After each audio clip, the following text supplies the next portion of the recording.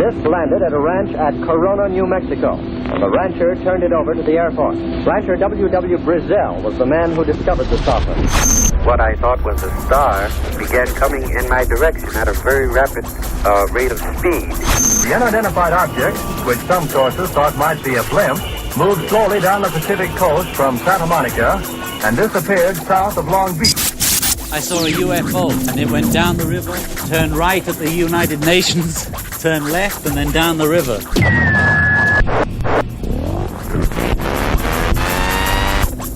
UFO classified. UFO classified. No more plausible deniability. Fact, fiction, or the truth. You decide. And now, the new voice of the high desert, the hostess of UFO Classified, Erica Lukes. All right, everybody. Happy Friday. What a beautiful week here in Utah. I love it. The sky is blue. Spring is coming.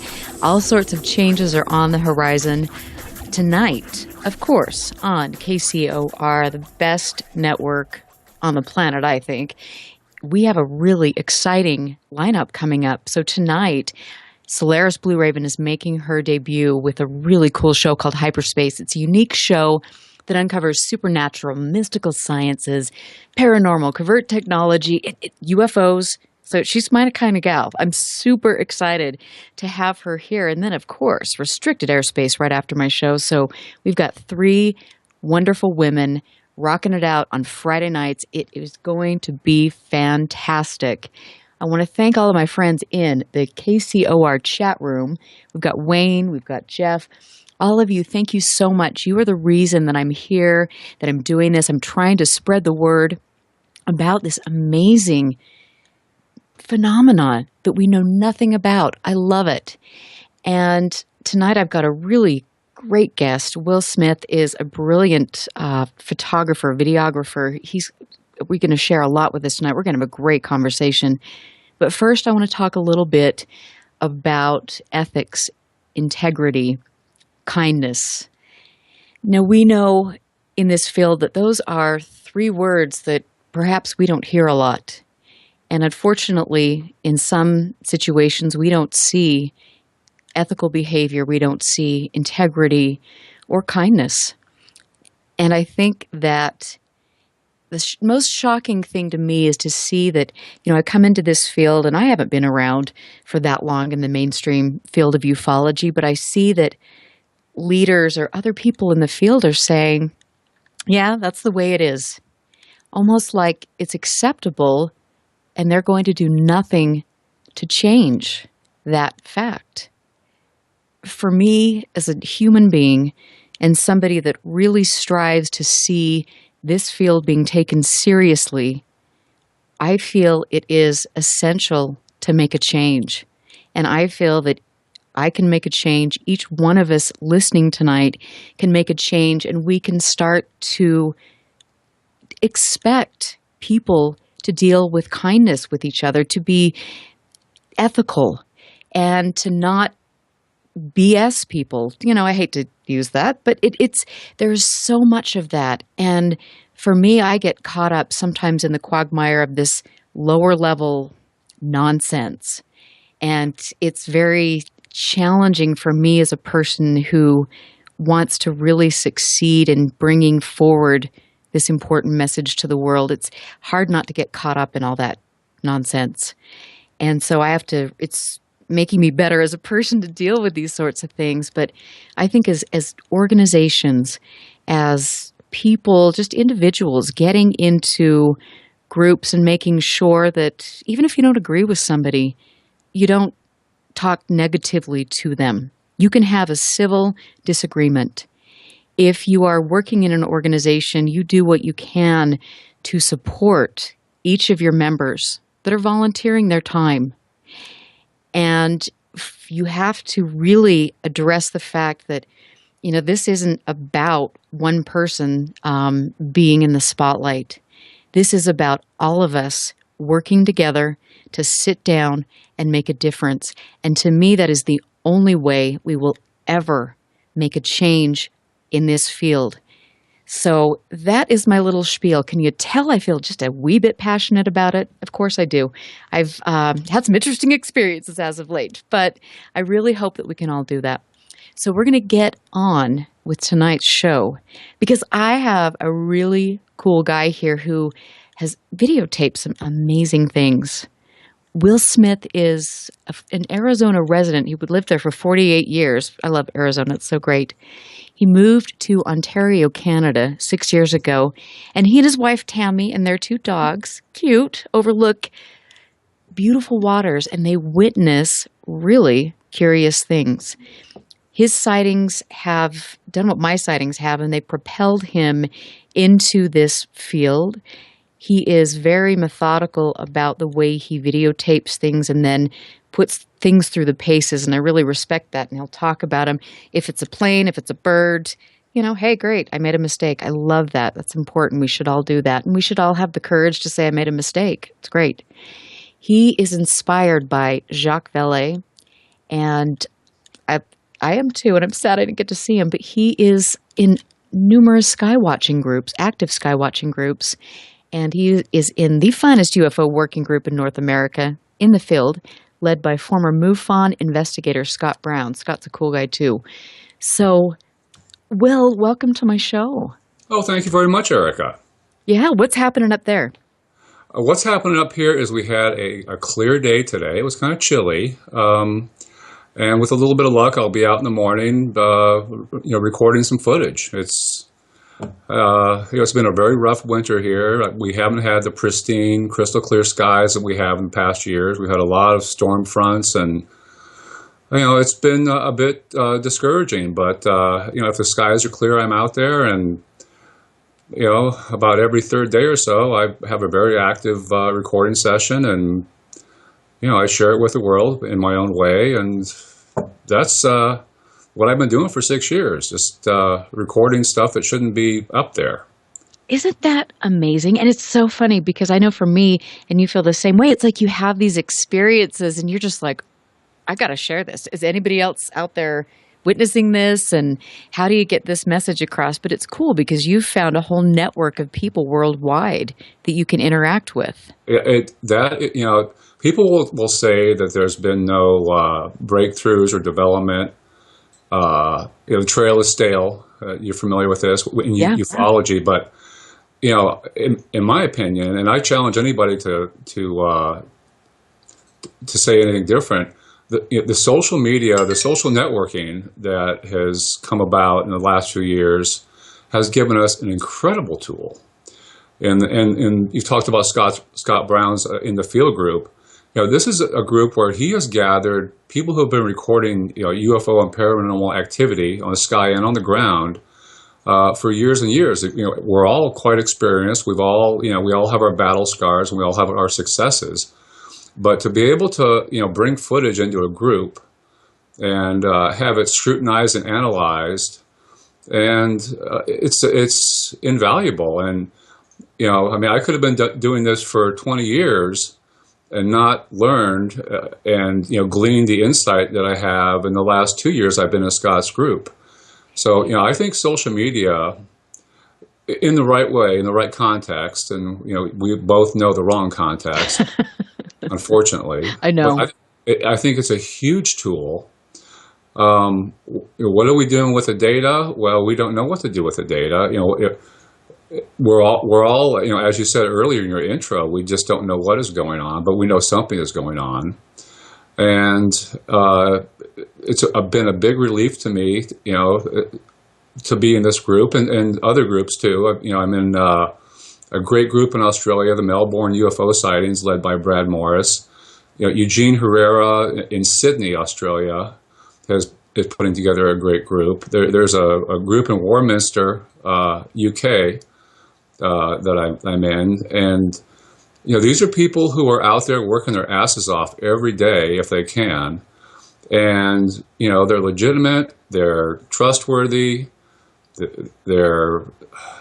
it's just like an incredible experience that would not have been possible even 10 years ago. Isn't that amazing? I mean, I will say for all the well, not all, but I've had a couple knocks in this field, but I am always amazed at the really dedicated people in this field that, I mean, we spend our own money. We take our time away from families or whatnot to learn about stuff and to share stuff. And I don't, we all want to make a difference. It's cool. I love it. It is cool, but, Erica, it comes with, not only a financial cost, and there's a personal price you pay too, especially when you're just into it. And, people are brutal. Not everybody, but, you can have 20 great comments and people who are, seeing what you're doing, what you're trying to do, who understand what they're looking at. And then, you get these folks that come along, and we'll call them trolls for lack of a better term tonight. And they are just ruthless. And, I'm coming up on, 1 million views on Facebook, YouTube rather. I've got almost 5,500 people who follow me on Facebook on my UFO and ET Continuum page. And, but on YouTube in particular, I have received, death threats. I've been called a demon worshiper. Many times I've been accused of being a disinformation agent because I don't like every third phase of moon video that comes out. In fact, I like none of them anymore. One guy a couple of years ago, because I am on camera for almost all my videos, I'm a big proponent that if you're a UFO videographer, people who should know who you are, they should be able to look at you in the eye when you're, showing your latest content.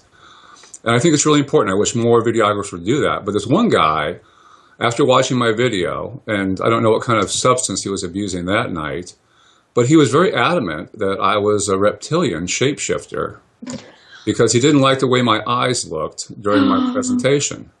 Well, I kind of look like one right now, I can tell you. Well, you might be one. You have no idea. You're being questioned at this point. That's true. But, it's just, early on, it was really tough to take some of that stuff. And I know other videographers have gone through the same thing where, they don't allow comments or any kind of input on their video because, some of these people are just ridiculously brutal. And you wonder why they're even watching your videos in the first place. Yeah. And, there's a lot of awesome cases that have happened that are verified and that are being looked at over and over again. Rendlesham is a great example. My favorite case is the school landing with entities in Zimbabwe. Yes, that's a great case. That is the case, in my opinion. That is the case. And there's a couple movies coming out about that, which I can't wait to see. But apart from seeing a disc land in your parking lot and aliens getting out of it, these people just aren't satisfied with the footage. Like the footage I just shot, last month of, something that makes no sense. It's, this searchlight thing that goes on and off for, and there's a 36-second gap in between and, or these flasher items. These objects that I've been recording, and these multicolored things that just ignite in the sky. And sometimes they're white or blue, but oftentimes they're multicolored. And you've seen a picture of one of my more dramatic ones, this rainbow-looking thing.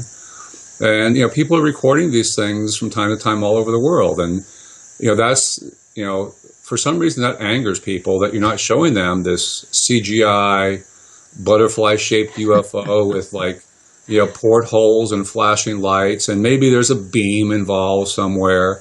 Well, it's most of the time it's CGI. Like 99.9% of the time, these spectacular videos come out from either Third Phase of Moon, Secure Team 10, Section 51, or the Mars videos, where everything on Mars is an object that was put there. And if you're not giving them that, these people seem to be angered by it, and they'll insult you, and they'll dislike your videos and whatever. And it really bothered me at first, but to this point, I've been in this for a while, and learning as I go, and like I said earlier, successes and failures. It's not an easy thing to be doing. You have to be passionate about it, and you have to actually have stuff out there that you can film. it can be really discouraging. And I know quite a few people who basically have had to like talk back into the field because they just had it. And there's like a couple videographers that remain anonymous that are great, wonderful, wonderful people. And I know them both, one better than the other, but, Mojo from Who Took My Mojo, you've probably heard of his footage. And then there's a gentleman in Australia, UFO Lou. And, Mojo's been, fairly intimate with me about why he doesn't want anybody to know who he is. And it's basically because he's afraid if he starts getting a lot of people out there to share his experience, it's somehow going to ruin it for his experience. Now, do I agree with that? Do I think that would happen? I don't know, but I have to take him at his word. I've known him since the very beginning. Him and Allison Cruz, I would say, really helped me cut my teeth in this field. And both of them were like very supportive. Allison is a wonderful person to know, and she's funny. Oh my gosh, she cracks me up. She's very funny. And I hopefully she's hearing this. But Allison, you're hilarious. She is. Yeah, she is, and she has no fear too, which is something you have to admire. I do. And she's got great equipment, and she's not afraid to get radar reports and call the cops out there to look at this stuff. And that's pretty gutsy, for anybody.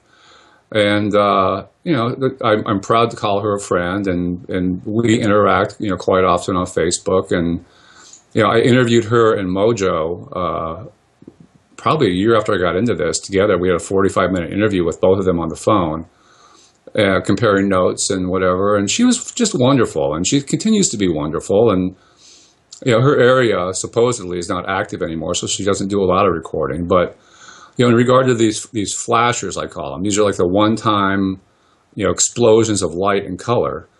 Well, she said that back in her day when, her area was very active, they would see these things too. They'd be in the hot tub and they'd be looking up at the sky and they'd have some weird explosion of light, happen in front of them. And, she was very supportive, and it's, people like that you really need those kind of people to guide you through, especially the early days where you've got all these just incredibly jerky people. And I guess some guy, and I'm just recalling, but she was explaining that some guy from Italy hacked into her YouTube account and took all her revenue and used it as a down payment on a motorcycle or something. And they caught me out. Gosh! So it was like some ridiculous experience, and she set up a backup channel after that, and. It's like this brutal. I mean, here's a woman, and she has literally spent, thousands of dollars, if not $10,000 or $20,000 on, the highest end equipment, the best cameras. She's got, natural EM monitors. So if something comes close, these needles will spike, and she knows they're close. And I've seen video of her needles spiking during events, and. She's very science. She drops a lot of science, and she's in the field of the group. She's one of several people who I would say really have influenced me over the years, and I just can't say enough about Allison and Scott Brown, and I have another good friend great guy named David Stinnett, and a lot of you are going to know David. And he was a regional director for MUFON for a number of years. He's organized, I can't tell you for sure, but I'm pretty sure several dozen big-time UFO conferences with all the big names, all the people that you follow, the Richard Dolans and the Chuck Meislers, and I'm sure he's had Peter Robbins. I know he's had Jaime Musan, unfortunately, from Tours for Millennium. But I will say, love him or hate him, he does get good videos. You know what? I mean, he does. People send him stuff. He does do good work. Some of his work, he's like the rest of us. Some of his stuff is better than other stuff, and he's fallen into a couple pitfalls. But if you're out there doing this, explain those pitfalls. Yeah, if you're out there doing this, you're gonna get hammered. you're going to trust the wrong person. You're going to get wrapped up in the wrong case or whatever. And I used to do a lot of analysis videos of other people's material with their permission. And, it's like really compelling, and you kind of, after a while, your blinders go on, and you just don't see the kind of things you should be seeing. And, that's what, when, being a part of this working group, this in the field working group, these people will slap you into reality in this group so fast.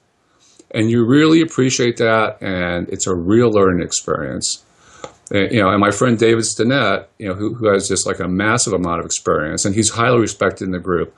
I really didn't like David when I first met him. And within like a day or so, I was sending him a friend request, and within a few days after that, we were exchanging messages. And then, a couple weeks after that, we were on the phone talking, and he really dialed me into a different way of thinking about the phenomenon and what's might be happening. Nobody knows. David thinks he knows. Well, he's not convinced, of course. He's a very intelligent man. He's well schooled, but his experience is, you cannot deny this man's connections and experience, and he's been everywhere, looking at everything. I need to get him on the show. Well, oh my gosh, he's a handful, believe me. Oh, I can deal with it. Oh, he is wonderful. If you could get him on the show, and I bet you could. He will just be ready, because he pulls no punches, and that's the great thing about David, and that's what this field needs, is people like David. He's talking from authority. He's not like speculating. And he's had his own personal experiences. Well, he's recorded some footage. He has been out to the site of the Travis Walton abduction. He's been to Rendlesham. He was at Skinwalker Ranch when it was active, back in the day when people were getting the hell scared out of him who went out there. And David's approach, and I wish I had David's resources, but he likes to go see things for himself. I think that's a good thing to do, unless you're going to places like Skinwalker Ranch that are completely frightening. But that's something we're going to talk about, because when we come back, I want to talk about the orange orb phenomena, some of the positive and negative aspects of researching this, and your own personal experiences. This is Erica Lukes. We're getting ready to go to a break. I am so happy to be here, and it makes me really happy to see all my friends in the chat room. We are going to be taking calls later, so please call in and add your comments about ethics or orange orbs or anything you want to. I'm Erica Lukes, and we will be right back.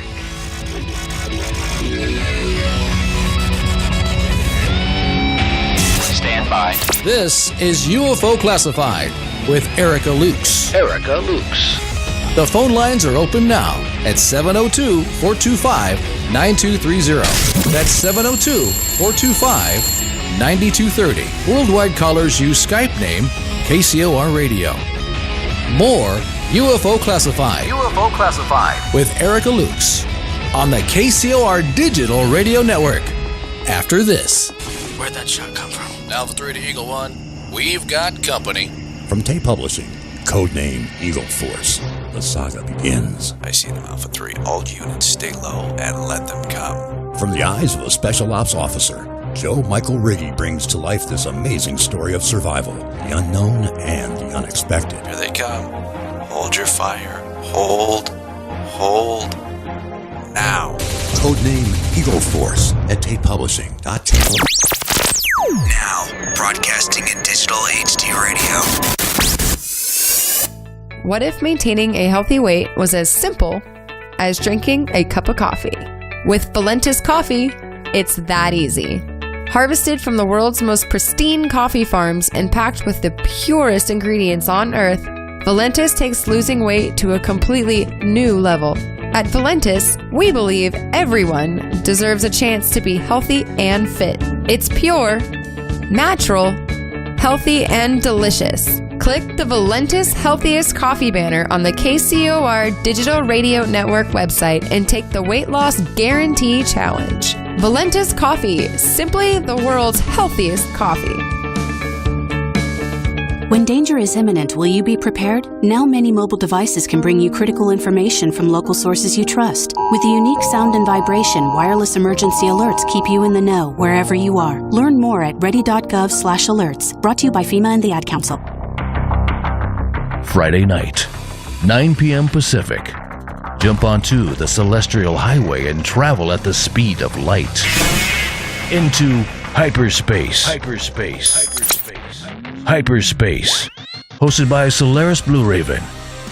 She navigates you through the cosmic tides of mysticism into the world of covert technology, UFOs, mystical sciences, and the world of unforeseen forces. You get to really sort of enjoy a bizarre ride. Listen live, Friday night, 9 p.m. Pacific, for Hyperspace, the one show that blows the whistle off our government black ops projects. Hyperspace, hosted by Solaris Blue Raven. Exclusively on the KCOR Digital Radio Network. Want to take a ride? Coming March 18th, 2016.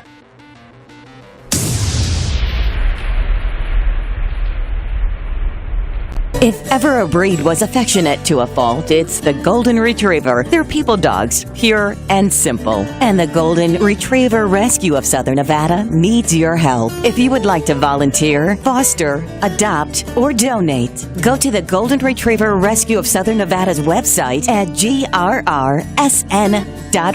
That's grrsn.org. Or call 598-GOLD. That's 598-GOLD.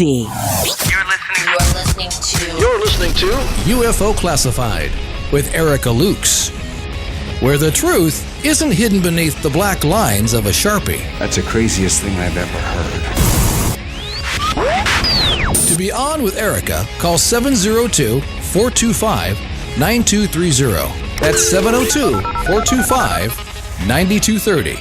Worldwide callers use Skype name KCOR Radio. Radio contact. Share your thoughts on the show on Twitter by using hashtag KCOR. Or head over to the live chats at KCORradio.com. The audience goes nuts! And now, your host of UFO Classified. Are you ready? Erica Lukes.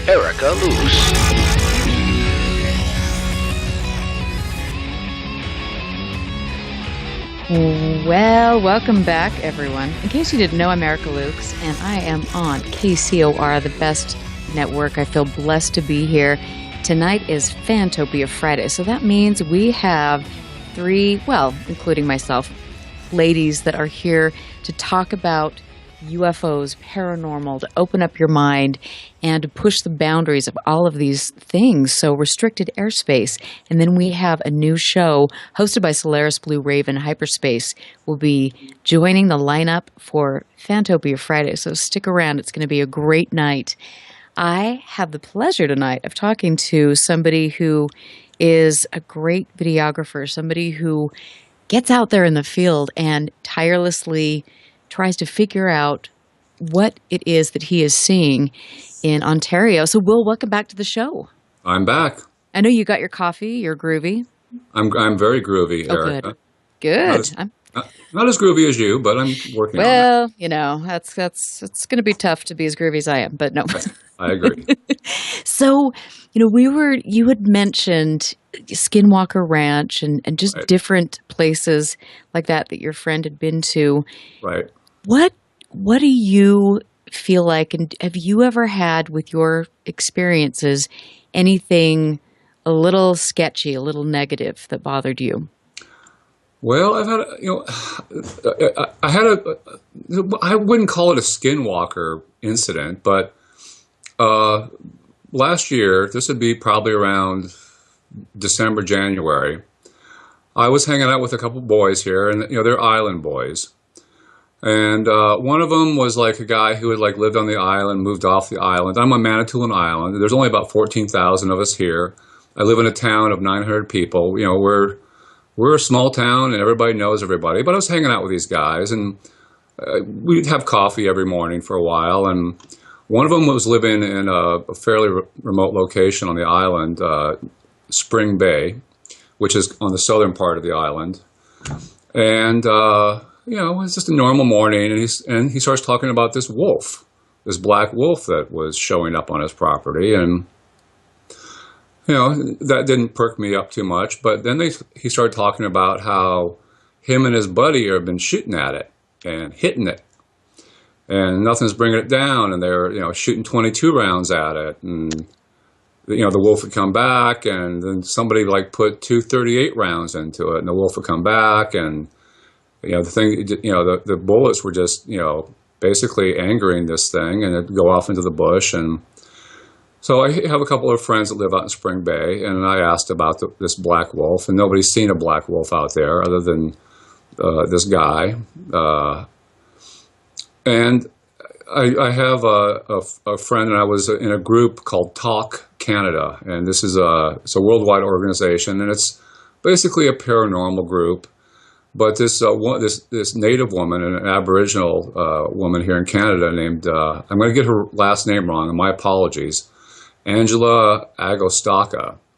And she was a tribal elder, and she's very keyed into this stuff. And after I heard a couple stories of this wolf, showing up on their property, and getting shot and then going off and coming back the next day, I kind of thought, well, this is kind of similar to some of the activity that I read about in that wonderful book, The Hunt for Skinwalker. Yes. That I don't know if the intro was by George Norrie or it was co-written by George Norrie, but my George friend, Knapp. Yeah, it was George Knapp and Colm Kelleher. Yeah. Thank you very much, Erica. It's a great book. But so I consulted with her, and she asked me a few questions about these guys, and I said they're really jerks. They're just not great people at all. They're just kind of like, I hate to use the term, but they're kind of like lowlifes. I'm sorry to use that term, but and Angela basically said, well, if this is a skinwalker, and she's very familiar with skinwalkers up here, which I didn't know that they extended this far into Canada, that this thing would continue to return. And something bad would happen to these guys, and they eventually either have something really bad, or they just leave. And this guy, he had a job in town, and he was a meat cutter actually for the local grocery store, and he was constantly getting injured on the job, to the point where eventually he had to terminate his employment and has moved off the island. With his roommate, these guys who were shooting at wolves all the time, and they just went away. And it was pretty much exactly the way that Angela said it was going to go down. Now, I am not going to, for 1 second, tell you this was a skinwalker incident. I'm going to say this is a big wolf who had some type of territorial claim on their property of, why, I'm not a wolf, I don't know. But it was very interesting how, it paralleled some of the stuff I've read about skinwalkers, and, the fact that I've got this native elder who's very well informed in the paranormal world, and, with her own, religion, she basically called every shot, and it was impressive. It makes you think. And, we've got wolves in town right now. I think I told you before the show started, during a Skywatch recording, all these wolves went nuts, for about 45 seconds. If somewhere close to my location, on my back deck, to the point where when I, played it back for my wife, she asked me if it was real. Wow. Oh my gosh. They were that close, and they were just absolutely crazy. And they're going just absolutely crazy for 40 seconds, and then they stop. And that was actually recorded the same morning as the object I recorded during my last two videos. It was about 15 minutes after that object had appeared in the sky. And, a lot of people are going to say that certain dogs are sensitive and certain animals are sensitive to the phenomenon. And I would tend to agree with that for reasons other than this wolf incident, which, honestly, please do not assume that I am saying, yeah, we have skinwalkers here on this island. It's serious business. No, but I honestly though, I think that I have with my being in Utah and needing to explore and research that area, the skinwalker phenomenon is not just here. It's all over the world. And I think that different cultures understand that, these you have to respect them. There are certain ways you behave. It's just kind of an accepted, albeit frightening thing. But so I don't, I think it's very interesting to me. Yeah, and these two guys, she had told me, she said that they have probably angered somebody, a religious elder down in that area. And, I would say probably 50% of our population here on the island is Aboriginal. And, it's probably maybe not that much, but I'm not that far off. And, these gentlemen had angered, somebody who was either a skinwalker or could summon a skinwalker. And it really was kind of spooky, after I started talking to her. And I didn't share any of this with these gentlemen because, frankly, if I would have, they would have, kicked my ass. Right, I don't know. But, I just kind of watched things play out. And it was just, it just happened exactly like she said. They'd go away or something bad would happen and they'd, go away because of that, or they'd just vanish and that's exactly how it went down. And, I have a friend, actually, she was the best man in my wedding, and she's not privy to any of the skinwalker stuff. I just asked her if she knew, she was out in there, lived out there in that area at the time, if she had heard about a black wolf, if she'd seen a black wolf. And, she says, well, we hardly ever see wolves, and I haven't heard anything about a black wolf. And there's some guy out there who, we have bear issues occasionally out here. And there was some bear hunter, and she asked him if, come across a black wolf. And no, he hadn't seen any black wolves. And, it was borderline spooky to me. I would say, yeah. And it's interesting. And it's, I don't know. I think it's kind of, we need to be, I guess, have some, 1 foot on the ground. I think that there's so many things, just even about the UFO phenomena, we don't understand. The paranormal, we don't understand and we don't know. And I think that there's so much going on around us at any given time that we don't have a clue about. And we have to, I don't know, just research this. I know with the skinwalker stuff, I've talked to many different people and they feed off of negative people, vile people. And that's something. And so they, if you're a good person living a moral, ethical life, you don't have skinwalker encounters. Or if you do, you might be a little bit more apt to handle them. So that's really cool. Yeah, it's interesting. And I'm glad it's over with, though, to tell you the truth. That's a good point. Well, if it drug on and on and on, I'd probably have to go out there at 3 o'clock in the morning and stay with these idiots and get my camera going. And, I don't mean to be disrespectful, and nobody's going to know who I'm talking about, but, maybe a couple of people, but they probably won't be listening to this. But, it's interesting. And having, gone through the pages of The Hunt for Skinwalker, and I read it a couple times because it's not a super long read. It's, it kind of parallels some of the stuff that you hear about here on the island. And, combine that with, the orb activity, whether it's daytime or nighttime or, some of the phenomenon that presents itself. It's, it makes you wonder. And, I was a little bit spooked by the fact that Angela Onostaka was right on top of this and knew all about it. I half expected her to say, I don't know what you're talking about, when I, sent her a message and say, are you familiar with these things? And, she knew all about them. And, she was more than well versed in the legend of the Skinwalker. And that's so fascinating. Yeah, it's very fascinating. And I don't have a blip of footage about it. I don't have a picture. I don't have an audio recording of any of these, people talking about it. I'm just, you're going to have to just trust me that, this occurred and this happened. And,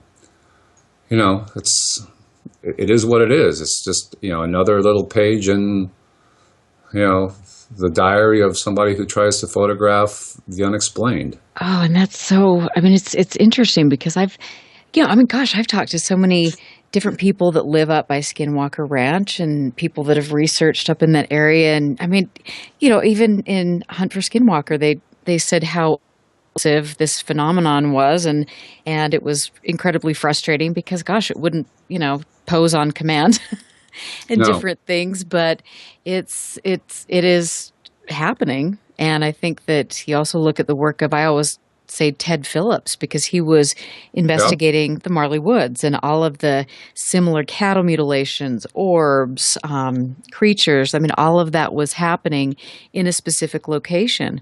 Yeah. You and I mentioned last night on our phone conversation that we do find parallels, such as, here we have the world's largest open pit copper mine.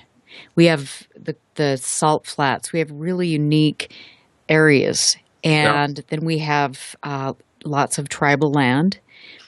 Why are they appearing in these areas with specific mineral or rare earth content continually? Why are they, what is it? It's fascinating because you've said the same thing.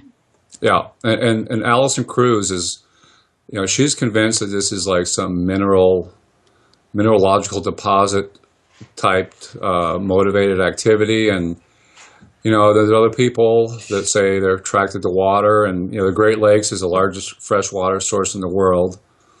And what are they doing? Why are they here? Why does this stuff manifest so often? And it's interesting because I captured a picture after I was here for a certain number of months of something that looked like a disc over a lake that we fished at. And it was like early spring. There weren't any bugs out yet, but there was some, anyway, the picture likely, although it's a great looking picture, it matches up with what a bird might look like. But it was enough to get me to start looking up in the sky. And, the first thing I noticed when I was looking up at the sky here in Northern Ontario was these small white dots that seem to be ever high in the sky during the day. And I pointed them out to my wife. And, I'm new to Canada at this point. And I pointed them out to my wife, and she said, they're seagulls. And, I kept looking, and they didn't look like seagulls. And I started recording. And sure enough, I recorded some daylight white orbs that were flying through my field of view.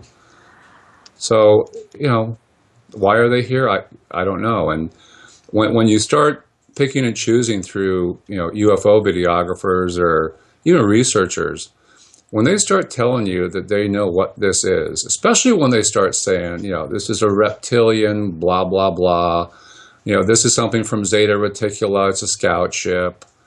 When they start babbling that way, it should be a red flag to you to move on, because nobody knows what this is. Yeah. It's just, it could be absolutely anything. It could be something out of our ancient past, as a lot of people are now starting to go that way, and I'm kind of leaning that way too. We have all these ancient texts, and I'm going to include the Bible in there.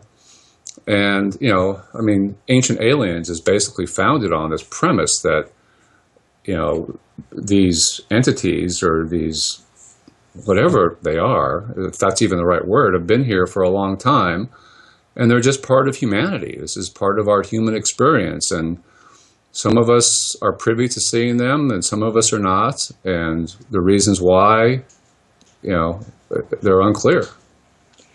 And that's fascinating. I have to go back a little bit, because you had mentioned seeing the white orbs, and we've had some pretty interesting cases here in Utah of the white orbs. And back in 2014, October 2nd, to be exact, we had a big, massive sighting of these objects. Mm-hmm. Tons of film and videotape, and it was a really interesting case to get the calls from the media and then to start investigating, learning, where they were flying, which they were flying over the NSA, the most restricted airspace in the world. Really intriguing. It was really interesting. And you find that, when you start investigating this, you're seeing the white orbs during the day. You're seeing the orange reddish orbs at night. Right. Could they be the same thing? What is your take? Well, when I first started recording, I would get, and I mentioned this earlier, these flashes of light. I call them flashers, these one-time things. And as I became a little bit more sophisticated and a little bit more adept with, the video editor and what it can do, I started noticing that, these flashes would, depending on like how bright they were, they would be detectable. Like they'd go off, and like for 15 frames after, you'd still be able to detect the outline of the image. And since I've upgraded my equipment a bit and have become a little bit more refined in my techniques, occasionally these things, you will see them. They're stagnant in the sky, they're stationary, and you will be able to detect them for a second or two before they go off, before they ignite. And I am, I kind of think that they're always hanging up there, or they're hanging up there, on a regular basis. And, what are they monitoring? Are they taking, what are they doing? I don't know, but there is, without a doubt, there is something up there. It's certainly not a satellite. And, I know what a satellite looks like when it, sends off an iridium flare, and I know what a tumbling Russian rocket tube looks like. These are things that look like, the flash out of an old style camera, where it just like, boom, it's, it ignites. And last fall, I was out there. It was still warm enough for me to have my 19-inch monitor with me. And when I can, when it's not too cold, I'm sitting out there, I've got this 19-inch monitor plugged in. So it makes things like fairly easy to acquire that you notice. And my camera's pointed, and I see this object go off. So big flash. And I, even say on camera, I got that because I saw it on the monitor. I saw it in the sky. It was so bright and so vivid. So, I put my video together, blah, blah, blah. And I had been recording for several hours already that morning. Well, when I have the visual, witness sighting, I produce a video that day or the next day. Well, going back and reviewing the video about half hour, 45 minutes prior, when I did not notice, the same object, apparently, in the same part of the sky, went off previous to that. And examining the footage frame by frame, you can actually see this thing in the sky, 15 frames, which is about a half second, before it goes off. And it's evident it's still there, stationary, not moving, 15, 20 frames after it goes off. And it's like there's something hanging up there. That is incredible. And, and I've recorded this phenomenon several times. People like in Scotland have recorded it. My friends in Australia have recorded these flashers. There's a woman in California who has a flasher within her video. And, oftentimes they're multicolored. They have a binary look to them where there'll be two sides to it. Purple and yellow, red and green, red and blue. They just... I think what's happening is the light that they are emitting is just too much for the camera to process, and it's coming out in these odd colors. That's what I think. I don't know, and nobody knows. But it's something that, I've recorded quite a few of these, well over a dozen. And one of my videos a few months back, I featured a bunch of these in a row, showing people that, all these different configurations of these things. And it's a big interest to me. Originally when I started out and I was picking these things up, they were like, oh, it's a micro anomaly. It's transient, like most UFO stuff is. It's unpredictable. But, the more I got these images and started really looking at them, the more I became convinced that, any given morning when I'm out there, there's something up there that's ready to explode with light, at any given moment. And if I'm lucky enough to have my camera pointed there, I will get it. If I see it and have to swing my camera over to it afterwards, I won't see a thing. And that was so amazing for me that when I started witnessing these objects, I mean, they were there with regularity. This wasn't, and I think in our rational mind, we have this, I guess, belief system. If it's a UFO, it's going to look like this, and it will behave like this, and it won't be in airspace next to an airplane, or all of these things, and it's not the case. It is truly amazing, and I think it's great that you are pursuing really becoming more adept at all of your research, and then sharing that with people, because that's what we need to do to find out what we're dealing with. Well, It's fantastic. And I've said many times in my videos that I have very modest equipment. I'm using an out of the box HD camera. I don't have lens filters. My night vision is like first generation Russian, and I rarely ever use it in any of my videos because it takes away the color. I think a lot of this cheaper night vision, which is what I have, it's really, really just like low end. Mm-hmm. I shouldn't even say I have night vision because it's first generation. It's an old Russian night vision rifle scope, basically. Wow. But it takes away the color, and there's a lot of artifacts, and as far as like stuff, for me to say that it was detectable for 15 frames after it went off, if I was using night vision, that might burn itself into the tube for like two full seconds, and that's it's deceptive. That's amazing. So, and I've got to just cut you off right there because I want to talk about that and night and good equipment, and then I've got a great question from Bambi who I'll bring that question up and you and I can both address that. I'm Erica Lukes. Yeah, sweet. This is KCOR. You're listening to UFO Classified, and we will be right back. Listen very carefully. This is Houston. Say again, please.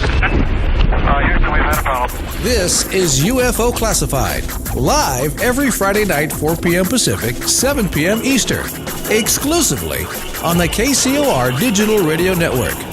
The truth is out there, just waiting to be discovered. And now, if you will, accompany me on a journey to the future. For more information on the host of UFO Classified, Erica Lukes, upcoming guests, as well as links to the past shows, visit her website at ufoclassified.com. UFO Classified. UFO Classified. This is KCOR Las Vegas, home of the Digital Radio Network, broadcasting from a shack just south of Area 51. Wait, that doesn't exist. This is the KCOR Digital Radio Network. Now for the news. The disc landed at a ranch at Corona, New Mexico, and the rancher turned it over to the Air Force. Rancher W.W. Brazell was the man who discovered the saucer. What I thought was a star began coming in my direction at a very rapid rate of speed. The unidentified object, which some sources thought might be a blimp, moved slowly down the Pacific coast from Santa Monica and disappeared south of Long Beach. I saw a UFO, and it went down the river, turned right at the United Nations, turned left, and then down the river.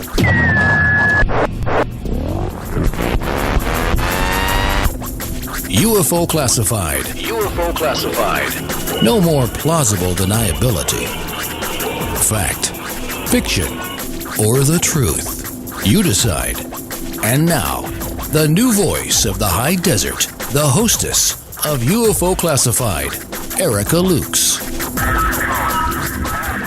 Well, welcome back, and happy top of the hour. Happy Friday. I'm Erica Lukes. In case you didn't get that, I am happy to be here tonight, and I'm really having a great conversation with Will Smith, who is a videographer up in Ontario, and he captures lots of flashes, lots of orbs, amazing things, and he does diligent research to find out what these objects are and to try to kind of rule out anything identifiable, which is great. We all need to do that. We got to learn from Will. We have a great question from Bambi, and we're going to get to her, but we have Richard joining us on, we're going to take his call. He is over there across the pond and is also a fellow researcher. So, Richard, are you there? Hi there, yes, I am. How are you? I'm very well, thanks, and you? You know what? I am pretty groovy. It's Friday night, so I can't complain. Right. And thanks for calling in. I love to hear your accent, and that's cool you're listening. So what, tell us what your thoughts are, what your question is. Well, I found out that you were on tonight from Facebook, so I thought I'd listen in, because I'm obviously very interested. And you were talking about flashing lights in the sky. So I just wanted to sort of talk to you about that, because I use a lot of night vision equipment. I've got Generation 2 Plus, so they're pretty powerful. And I'm seeing the same sort of thing as well. But I've been getting them sort of now for the last 2 or 3 years. Every now and again I'll see, like, in space, quite far out actually, by the looks of it, a little flash, and then I'll think, okay, did I see that or not? So I'd hang about in the same spot, and then about 10 seconds later, it'll flash again. And then 10 seconds later, it'll flash again. So I'm counting, like 1 Mississippi, 2 Mississippi, and then it'll flash again. And it'll do this for like 20 minutes, half an hour, until either it stops or it's too cold for me to stand in that one spot any longer, So, because it normally happens in wintertime when I see this. And it's normally really late as well. It's normally sort of gone midnight, like 1, 2 o'clock in the morning. And it's just like there's something out there in space with a very powerful flashlight, and it's staying in the same spot. It's not a satellite. It's not one of those Iridium satellites. I know what they look like. It's in the same spot, and it's stationary. It may move just very slightly, but it is basically in the same spot, and it'll just flash every 10 seconds. And then a couple of nights later, I'll catch it again in a different part of the sky, and it'll do the same thing again, but every 12 seconds. And this happened a couple of years ago. And then 3 nights ago, I was out sky watching, got a couple of strange things flying around, and then I thought I saw a flash. I thought, okay, here we go again. And bang, there it was. And it was every 10 seconds. And it was a good 15, 20 minutes, and then that was it. I had no gloves on. Unfortunately, I had to get inside. It was so cold. So I warmed up. I went back out. I got where the spot was because of the star formation. I knew where to point the night visions, and it had stopped. It'd gone. That is incredible. And I mean, that's something that appears to be pretty common. And I know with the ET contact groups, that is one of the big hallmarks of what they look for when they're making contact is these flashes, I know. Right. So, Will, what do you think about that? You've seen them. You've videoed.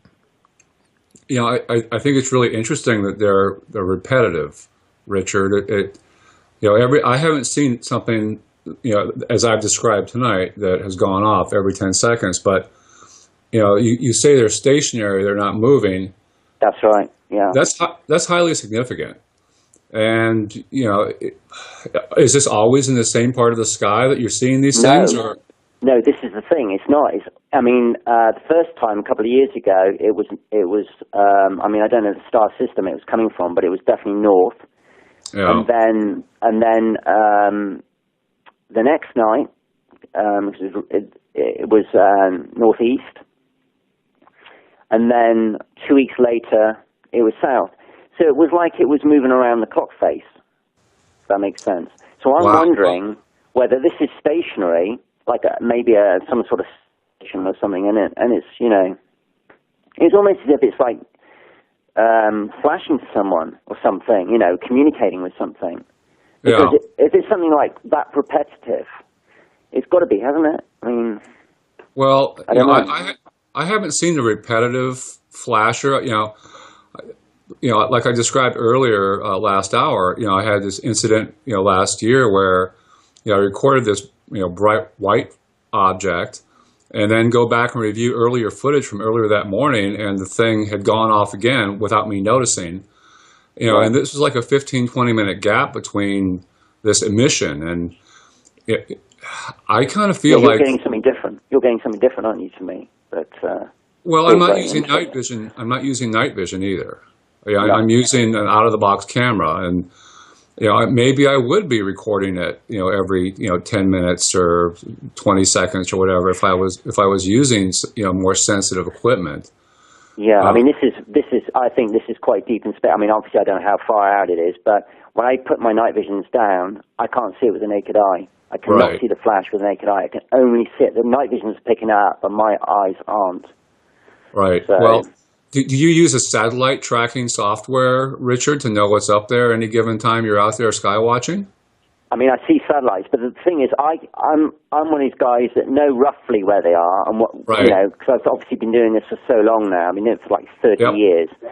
So, and I go out really late because anything up to about 9, 10 o'clock, you're getting satellites every minute or two. Yeah. And if you go out after like 11, 12, and then basically you don't really see any more satellites. So that's a good time to skywatch, because if you see stuff, then you know 9 times out of 10 it's something else.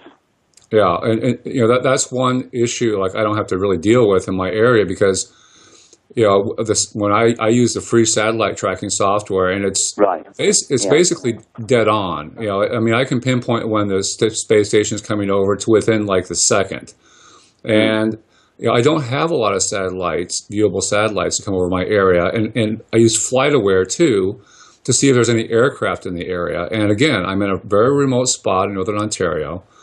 When I boot up the FlightAware software at 4 o'clock in the morning, there's nothing on there, you know, anywhere near the island. And so anything that I see is going to fall into the unknown category until I can get it out there to my friends and associates, and they might have some information that I don't have. You know, there are different satellite tracking softwares out there, but you know, satellites aren't stationary unless they're geosynchronous orbit, and when they're like that, they're bright all the time. They don't flash. They just sit there. They don't spin. They don't flash. So, you know, if you're recording a flashing object that's stationary and not moving, I'd keep your camera pointed in that direction. And something else I would say too, Richard, and you know, this may be neither here nor there, but when I set up my camera, you know, and put it on a tripod and I don't touch it, I don't generally point it straight up. I want this because, you know, there is a lot of space junk up there that isn't going to be on the satellite tracking softwares. You know, the Russians have so much crap up there floating around and spinning. It's hard to keep track of. Now North Korea is launching stuff. You know, I usually set my camera at a 45-degree angle, and that eliminates a lot of the satellite and aircraft issues that other people might be dealing with. Right. Yeah, that's a good point. But no, if you're recording these things, I would keep recording them, and you know, if you've got a video editor and you can, you know, apply some digital filters, maybe try recording without the night vision and see if you're getting some interesting colors or, you know. Well, yeah. Just before I go, I will just say I've got a friend who lives in the UK, and he's got a really, really good quality telescope. I mean, it's very, very good quality telescope, and he is not using night vision, and during the daytime, he's getting these spheres up in the sky, and they've got, in fact, if you go on my Facebook page, I put the pictures up, it's like a dumbbell, and there's two spheres with like something in between, like a tether in between it, and I've got, in fact, I'm looking at it right now, and there's greens, there's purples, you know, yeah, and he tracked this thing. He said it was about. He's an aviation guy. He said it was about 20,000 feet, and he tracked it right out into space. I mean, it did. Yeah. It went right out into space, and he tracked it then as well because obviously he had the equipment. So unbelievable. I mean, he's got video footage of it and everything. I put it all up on my Facebook page. By all means, you can go and have a look and see what you think. But, yeah, definitely. And please, like, send those. I'll put them out. I'll get them out and get. That's incredible. Yeah, I would love to see. I mean, he was sending me like messages going, Rich, wow, you should see what I've just caught. And then the next day he caught this other thing, which was, I can only describe it as some sort of triangle craft with a load of stuff coming out of it. And this thing he was tracking, and it was flying all over the place, you know. And it wasn't a plane. You can tell it wasn't a plane or a bat or anything like that. I mean, it's something I've never seen before. And this thing was just flying around. Then again, it flew out and he tracked it going right out in space. So what are these things, you know? Exactly. And I mean, I think if we just pay attention and we spend time outside looking up, you know, God forbid we're away from our computers or connecting with, you know, nature. I mean, it is amazing what we start to see. Yeah. I mean, they're not big. They're probably about the size of a bus or a family car or something like that. But, you know, I mean, they're up there with our planes and, you know, makes you wonder, doesn't it? Oh, it makes me wonder a lot of different things. And, you know, like what I think, I don't know, I don't even went inside them. I think maybe they're controlled by something else, but my friend agrees with me that I think they're observing us. I think that's what they're doing. Because they're always there when there's wars and stuff. They're always up there looking down, and you hear about it in Vietnam. They were seeing them every day. He thought Charlie had some sort of strange new craft, you know. That I spoke to loads of ex-Vietcong, you know, Vietnamese guys on both sides, you know, and they said they saw these strange craft that were out there all the time. Yeah, there are, I mean, gosh, I mean, this goes back so long. I mean, since the beginning of recorded history, really, let's be honest, and it's fascinating. And I love that we can all talk about it and research it and share our experiences, and I think it's fantastic. And Richard, I thank you for calling me. Please make sure that you send me those photos, and I will post them. I will do. Yeah, I'll do that for you, no problem. And thanks for listening to me. Absolutely. No, I'm so excited to have you call. That really is awesome. So I hope you have a wonderful weekend. And we will, you know, make sure you call in again. Yeah, best of luck to you, Richard. Please keep filming, Richard. We need people like you out there doing this. I will do. And you keep doing what you're doing as well, because it's great stuff. Oh, we will. Okay, Thank bye-bye. you. So what a great conversation. That makes me so happy that people are listening from all over and experiencing this and filming them and sharing it. And, you know, I've been talking about Bambi's question, which is a really great question. And she's been so patient, but her question is, give advice on how to persuade our friends and relatives that UFOs are important and that disclosure is critical, and that we will eventually catch up with advanced knowledge. And I think this is, for me, I know my own personal experience. I mean, my gosh, it is so hard to convince people of the importance that we take this phenomenon seriously. How do you go about that? Well, you know, it's very difficult. My wife is a great example of this. And when I first started out here, you know, I would describe her as just a stone cold unbeliever. And, you know, she grew up with, you know, with a paradigm that people who see UFOs or talk about UFOs or, you know, we're crazy. We're the tinfoil hat club. But, you know, a couple experiences outside, you know, demonstrating to her that, you know, these aren't planes.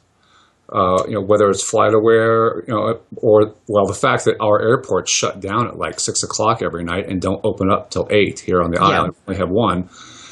And, you know, it was over a matter of time that, you know, she saw some stuff. We saw some stuff together. And, you know, we had, a fairly dramatic sighting one night when we were on the back deck. It was on the weekend. And we were out there, and this bright light flies overhead. And, you know, it's almost so bright that, you know, it casts shadows, you know, of us down the deck, because we're out there with, you know, the lights off, and it just, you know, really enjoying the starscape.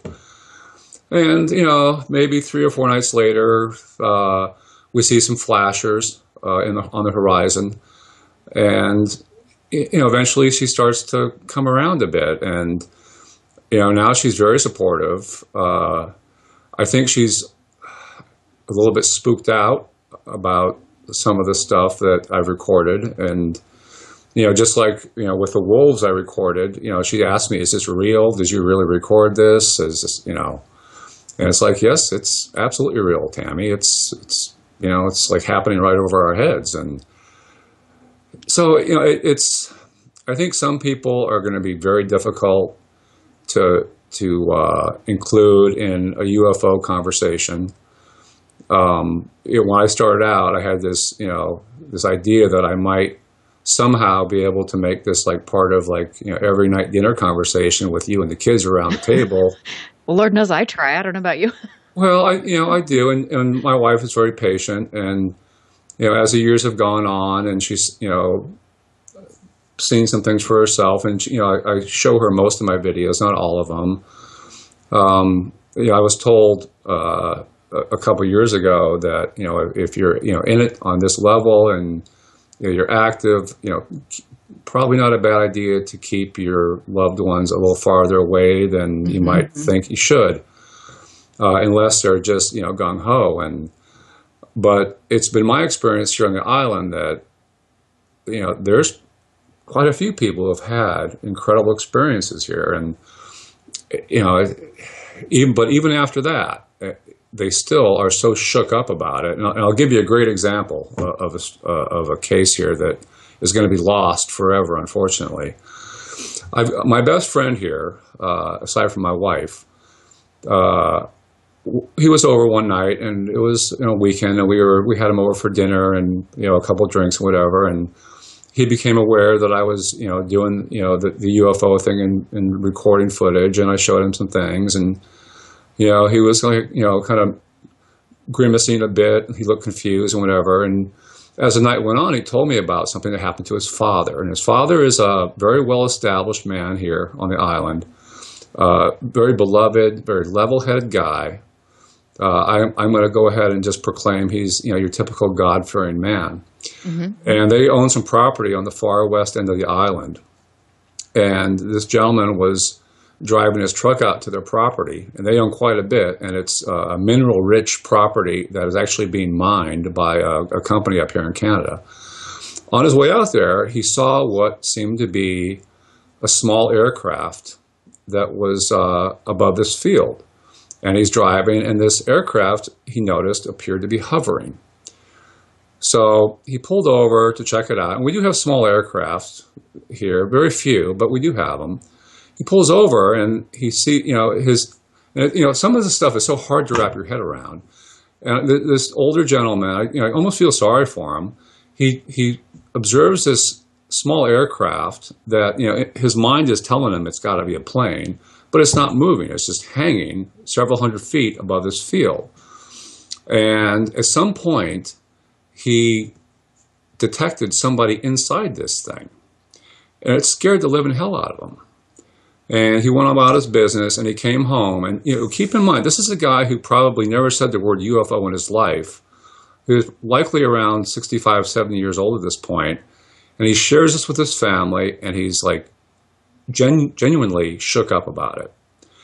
And of course, my friend is telling me this story, and I'm like, holy hell, can I please talk to your father about this? And he's like, my father absolutely does not want to talk about this anymore. It really scared the hell out of the old boy. Please don't talk to him. Don't confront him about it.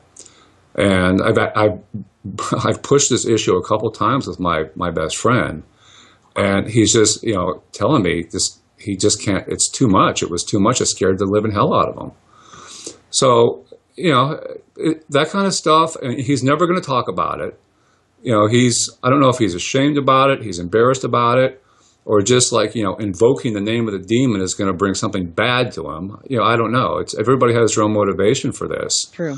But it was a very striking story, and these are very reputable people. You would never know that something like this would come out of this gentleman's mouth or experiences. But, again, you talk to a few people, and my best friend revealed a story. He was out on the same part of the island with multiple witnesses, and they saw a pair of orange orbs high up in the sky while they were having a campfire. And they watched these things for a while and blah, blah, blah, and they were moving funny. They weren't moving with the stars. They were moving against the stars, and they disappeared, and everybody got drunk and forgot about it, but they talked about it the next day, about these strange lights in the sky. And then a couple weeks after that, I'm talking to my best friend's sister, again, a very well-respected woman. She's got a great job, great reputation. She's as kind as any saint that you ever meet, very level-headed. And she heard somewhere that I was into ufology and what I've been recording footage and whatnot on the island. And she tells me this story when she was in southern Ontario, down in the London, Ontario area, where she was driving from point A to point B one night, and she sees this bright green light in the sky, and it's there, and it's hanging there, and she pulls over, gets out of her car, and watches it, and she says it was a bright green triangle hovering in the sky, and she watched it for like 20 minutes on the side of the road as it just drifted off out of view. and these are people. These are not like people like you and me, Erica, because we're freaks. We are. Hey, well, we're good freaks, though. Well, I we are. like that. We're good freaks. But these are like Joe Public type people, who have UFO experiences, and it's I think they're open to discussing it, but when you get to the point where you've been like terrified or shook up by it, it's tough to talk about. It is, and I think that it's always amazing to me, even with paranormal stuff. I mean, all of these things, people are ashamed to talk about it, and I think things are getting much better with that regard, and I'm glad, and they should, because these are real experiences. I think for a majority of these people, and it's really important to catalog this and to research and collect data and all of this stuff, and not only that, but just to make people feel accepted. It's just so cool and so fascinating, and I've got to get ready to take a little break. This is going to be our last half an hour segment, and I've had so much fun so far having Will Smith here. You can check out all of his cool YouTube videos on our UFO and ET Continuum on YouTube, so check it out. The ladies are here to rule the night. Fantopia Friday is coming up. We are going to take a break. I'm Erica Lukes, and we'll see you on the other side. Stand by. This is UFO Classified with Erica Lukes. Erica Lukes. The phone lines are open now at 702-425-9230. That's 702-425-9230. Worldwide callers use Skype name KCOR Radio. More UFO Classified. UFO Classified with Erica Lukes on the KCOR Digital Radio Network. After this. 3 guys, no ties. I'm wondering if this is the same guy that posted something on Cruz's website the other day about his boyfriend Sugar. Video on that. Yeah, video on that? Okay. Oh, that's great. That's great. This black guy, big football-looking guy named Sugar. 3 guys, no ties. Wednesday night, 7 to 9 p.m. Pacific. Right here on the KCOR Digital Radio Network. Monday night at 8 p.m. Pacific, 11 p.m. Eastern, we take the KCOR Digital Radio Network off the grid and go deep inside the paranormal vault. Jump on the elevator and come take the ride down the rabbit hole of reality with BK Mojave and The Watcher as they unlock the vault and dust off some of their classified paranormal case files even the government doesn't know about. The Paranormal Vault. Mondays at 8 p.m. Pacific, 11 p.m. Eastern, exclusively on the KCOR Digital Radio Network. This is the one show our secret government fears will speak the truth.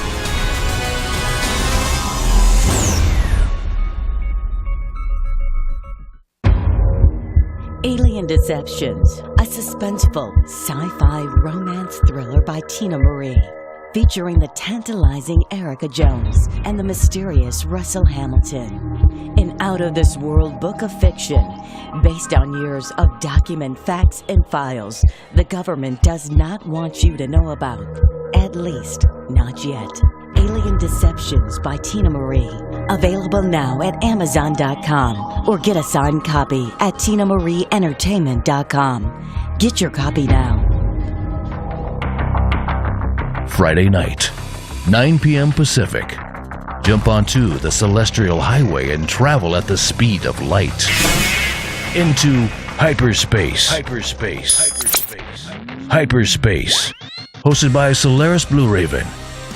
She navigates you through the cosmic tides of mysticism into the world of covert technology, UFOs, mystical sciences, and the world of unforeseen forces.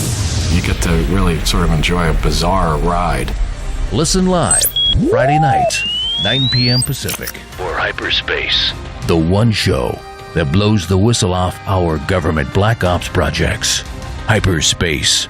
hosted by Solaris Blue Raven. Solaris Blue Raven. Exclusively on the KCOR Digital Radio Network. Want to take a ride? Take a ride. Coming March 18th, 2016.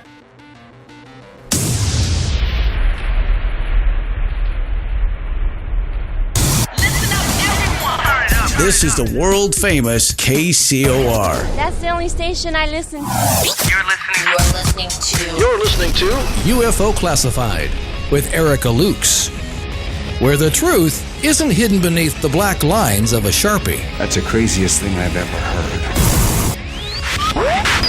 To be on with Erica, call 702-425-9230. That's 702-425-9230. Worldwide callers use Skype name KCOR Radio. Radio contact. Share your thoughts on the show on Twitter by using hashtag KCOR. Or head over to the live chats at KCORradio.com. The audience goes nuts. And now, your host of UFO Classified. Are you ready? Erica Lukes. Erica Lukes.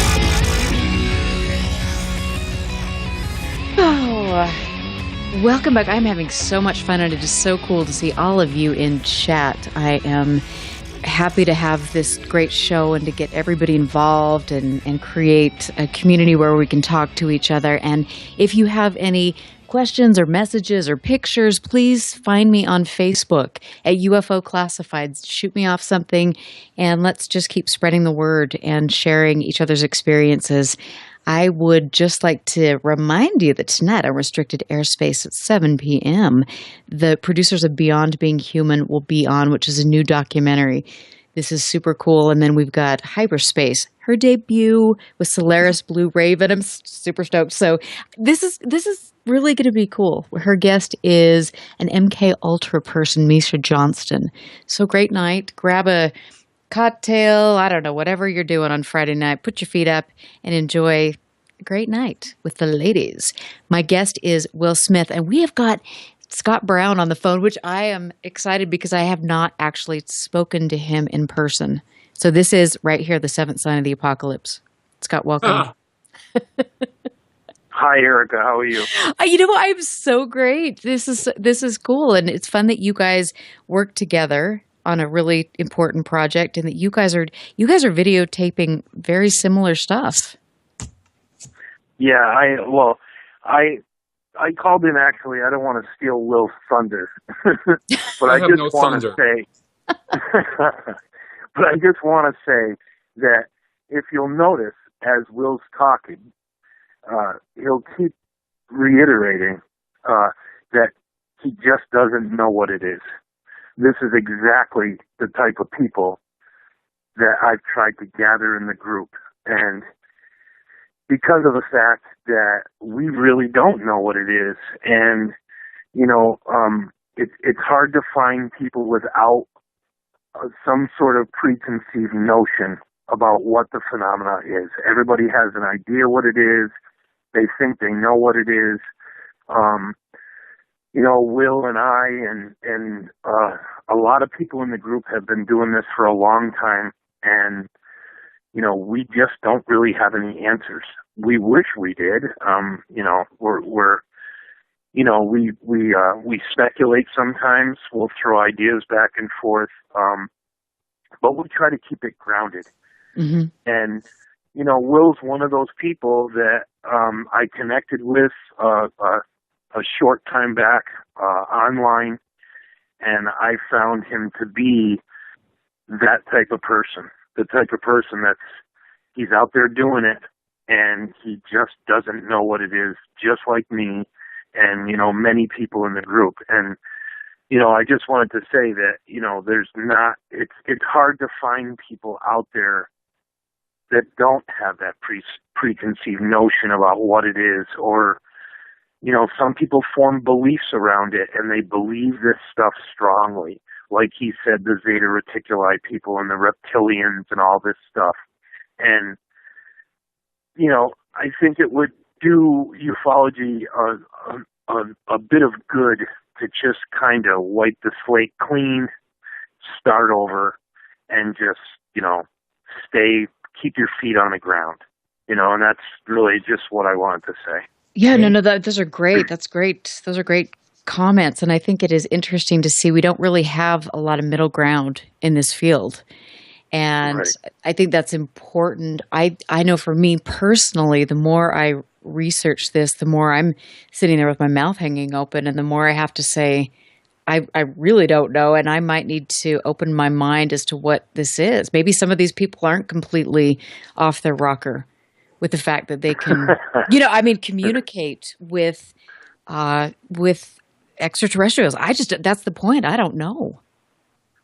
Yeah, the thing is, no, go ahead, Will. Some of them, Erica, and I'm going to just be bold and say this, some of these people who claim to be able to talk with aliens and summon aliens are absolute frauds, shysters, and hoaxsters. And I've got a video coming out next week that is going to underline a couple of them, and one gentleman in particular.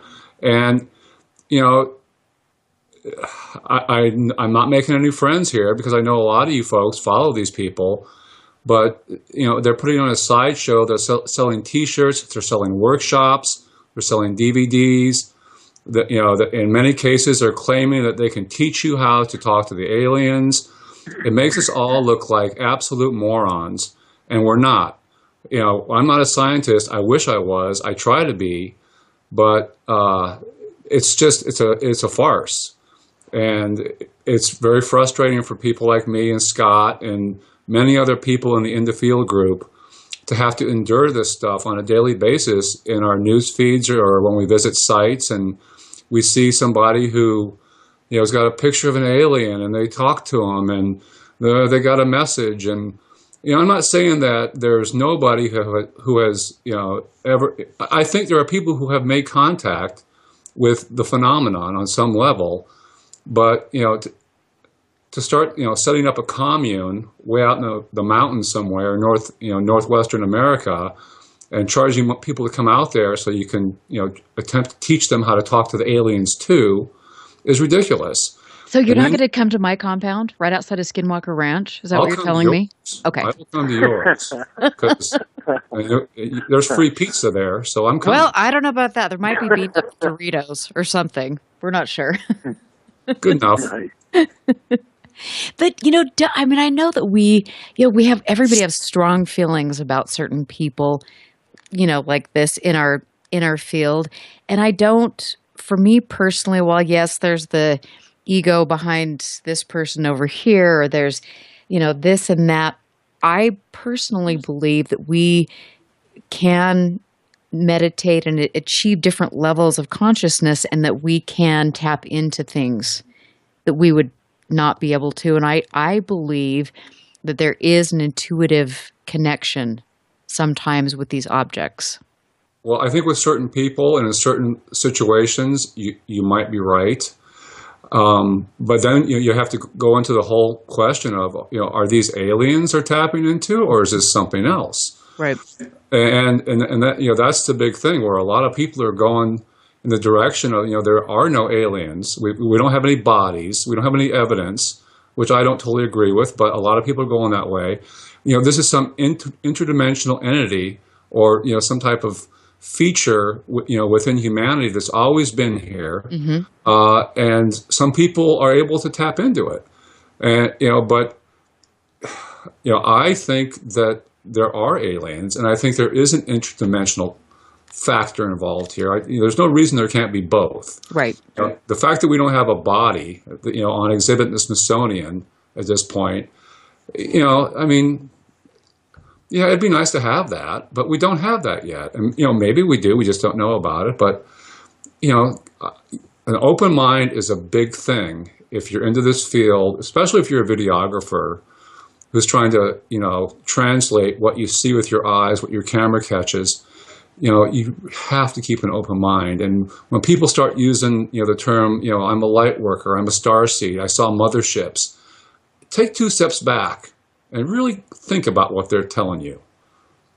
That's just my personal opinion. It's not going to be super popular, but that is my opinion.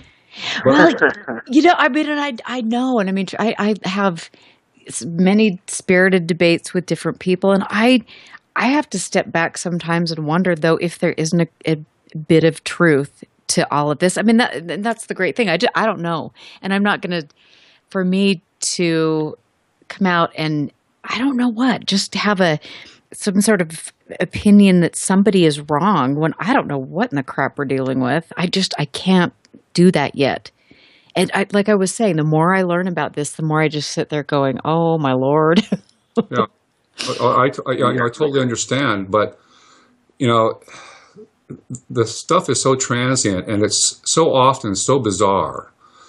As far as like actual alien contact, and I mentioned this earlier, the Zimbabwe school case, there was a craft and 62 children saw this land, and these black cloak things got out and interacted with these kids on some level. John Mack, God rest his soul. Oh, he was brilliant.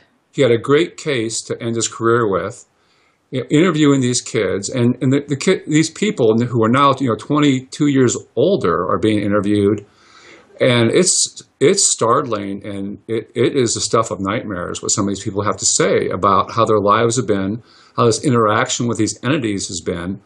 And I'm not saying that these were like physical aliens, like beings within our dimension and our existence. Maybe they were interdimensional things that manifested in a physical form and to terrorize these children. I don't know. But in my mind, when you look at the Zimbabwe case, even though we don't have any bodies, we have a hell of a lot of really good evidence, and we have eyewitness testimony of young kids who really, for the most part, their statements were undeniably paranormal and, scary as hell. I think when and there's other cases of, landings where, young children were involved. It's startling. And that's why I kind of think that we do have a physical alien presence, that, it exists in our dimension. We are being visited or observed by other intelligences that are, physically present within our universe. I think the interdimensional thing, the biblical thing, the ancient texts, they're talking about the Nephilim and the Anunnaki. I think there's something there. But when somebody, boasts that I'm an Anunnaki and this is my star family, I want to take a flamethrower to them because they're not Anunnaki. They're selling guitar picks and music. Well, it's true. They're selling. I'm going to record this music for you at 432 kilohertz resonance, and it's going to settle your soul and center you. I think it's absolute crap. And unfortunately, a lot of these people have a lot of notoriety, and they've been doing this for a long time. They have a big following. And when you bring up these questions within their circle of friends, you get hammered. You get beat down like a nail into a piece of soft wood. And right. I will say though, I know who you're speaking of, and I have nothing but kind things. He's been a very kind man. He's a wonderful man. He really is a wonderful man. He's a very kind soul. And I'm not on the same wavelength. I'm not vibrating at the same frequency he is. And he's out. In fact, one of the very first videos I saw in the Great Lakes area after I started recording stuff was his video over Lake Erie, and damn it, it's really good. It is. I mean, it's really good. And him and his buddy are there, and they're you can hear them talking on the video, and he's switching back and forth, and it's like, damn, this is like legitimate stuff. And the guy out on the western coast of the United States, he's taken his personal experiences and turned them into something else, but he is in an absolute hot spot, and you cannot deny the validity of some of his footage. Right. You just can't. Do I agree personally with his interpretation? No, I don't. Not at all. But his footage stands on its own. And isn't that incredible? So tell me, both of you, while you're on the phone, what do you think these orange orbs are? You first, Scott. Yeah. I think in my mind it's all connected in some way.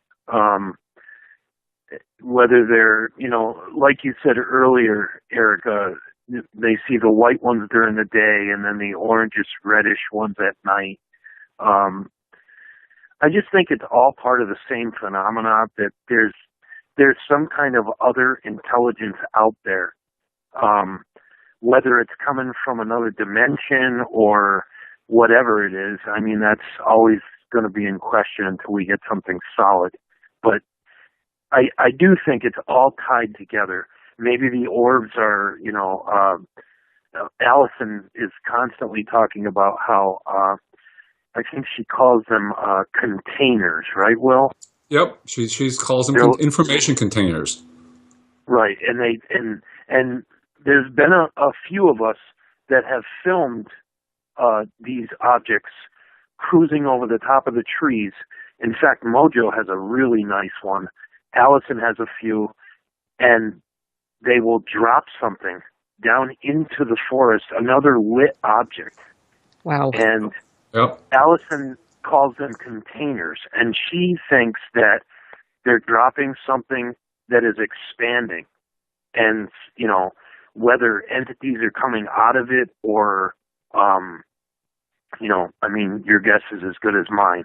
But the videos speak for themselves. These objects are dropping something into the trees, down into the forest. What they're doing, is definitely up for speculation or in question. But the videos show this same behavior over and over again. They will cruise along the trees and they will drop something down in there. That is. I mean, I'm sitting here just going, "Oh my God!" Because I've videotaped that. I've experienced that. I've seen that, and we had a really interesting experience here a few years ago because we lived by Dugway, about 80 miles from Dugway Proving Ground, and there was a little vial of neurotoxin that went missing, and the same night there were UFO reports from a very very conservative community, and they videotaped it, and there was this object that was dropping things out of it. Yeah, it's strange. I don't know. You will? You know what? I have not recorded or seen an object ejecting anything. I've seen a lot of video, and I know the video you're talking about of Mojo's, and he's got a couple orb videos that are just they blow your mind. The stuff is right above the tree line. It's going back and forth. It's moving.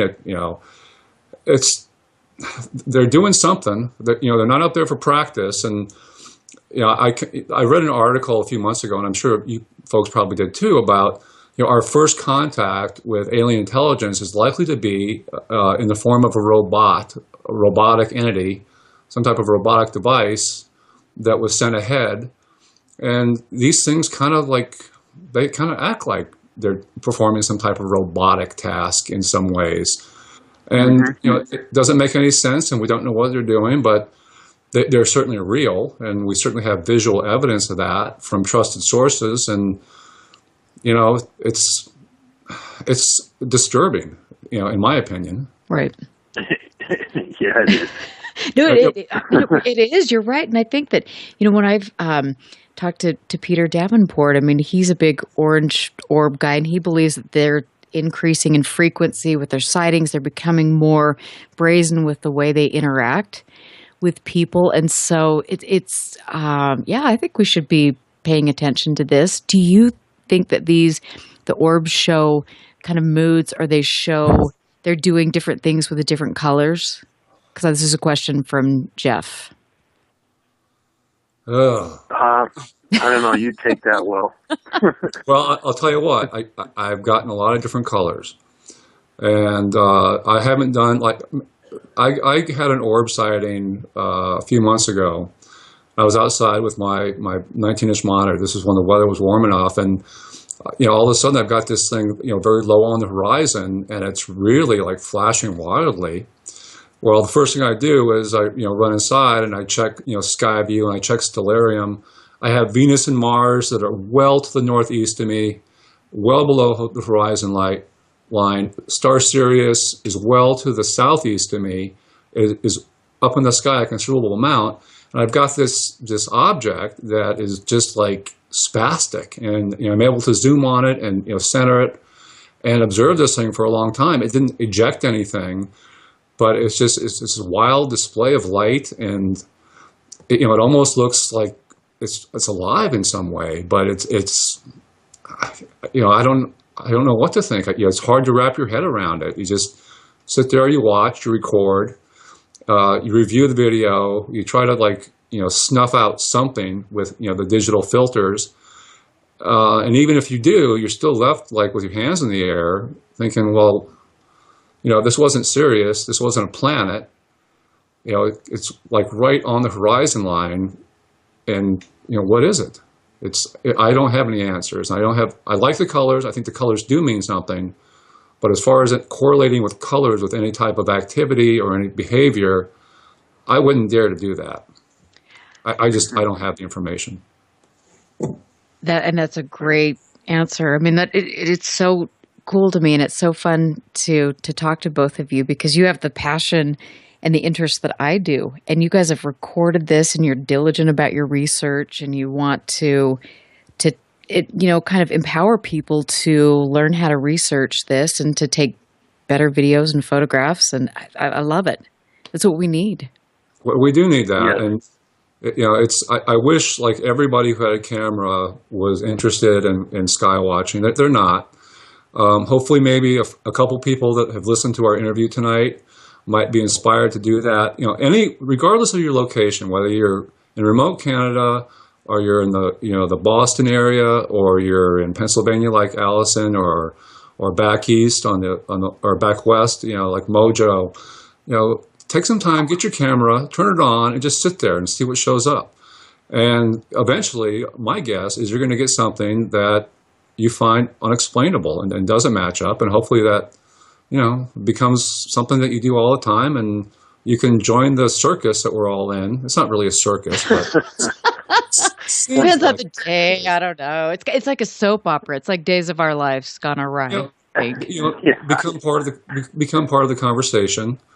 Do some reading. Stay away from the star seeds and the light workers. That's all my advice. And stay away from all the. I think we have to just say that there are some naughty people on the other side of that coin too. There are some mischievous dudes out there, and ladies, for sure. There's got to be a happy medium, but we'll figure it out. I think it's eventually. We will. I think we'll work together. I'm so happy to have you guys here. Will, you are awesome. Tell us where we can find you and keep track of you and all your great work. Well, I'm on Facebook. I've got a community page called Our UFO and ET Continuum, and I'm also on YouTube.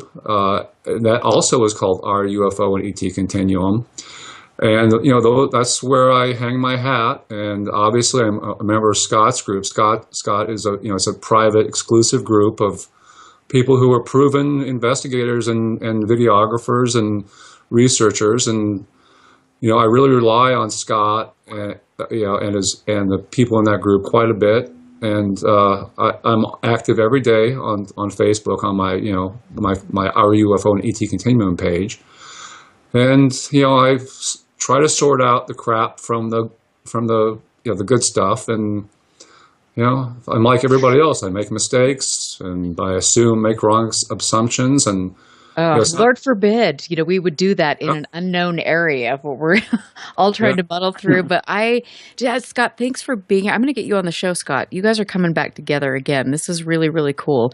And I will be posting. Absolutely. I would love that. Pictures that you guys have. Let's share your information. I've got to get ready to wrap it up, but it's been a wonderful 2 hours. Thank you so much, both of you, for being here. And Will Smith, I will be keeping track of you. Next week on UFO Classified, I have the pleasure of speaking with Marilyn Carlson, who is an investigator in Oklahoma, and she's been a UFO and paranormal researcher since the 1960s. I like Marilyn. She has some of the files of Elaine Douglas, who was my predecessor here in Utah, and I cannot wait to have her. She's a kind, wonderful woman. I thank all of you for listening. Please tell your friends. Please find me on UFO Classified on Facebook. Stick around because tonight is going to be a killer night with the ladies on Fantopia Friday. So Restricted Airspace is coming up, and then you've got Solaris Blue Raven's debut on Hyperspace. Thanks for being here, you guys, and I will see you next week. Listen very carefully. This is Houston. Say again, please. Houston, we've had a problem. This is UFO Classified, live every Friday night, 4 p.m. Pacific, 7 p.m. Eastern, exclusively on the KCOR Digital Radio Network. The truth is out there, just waiting to be discovered. And now, if you will, accompany me on a journey to the future. For more information on the host of UFO Classified, Erica Lukes, upcoming guests, as well as links to the past shows, visit her website at UFOclassified.com. UFO Classified. UFO Classified. This is KCOR Las Vegas, home of the Digital Radio Network.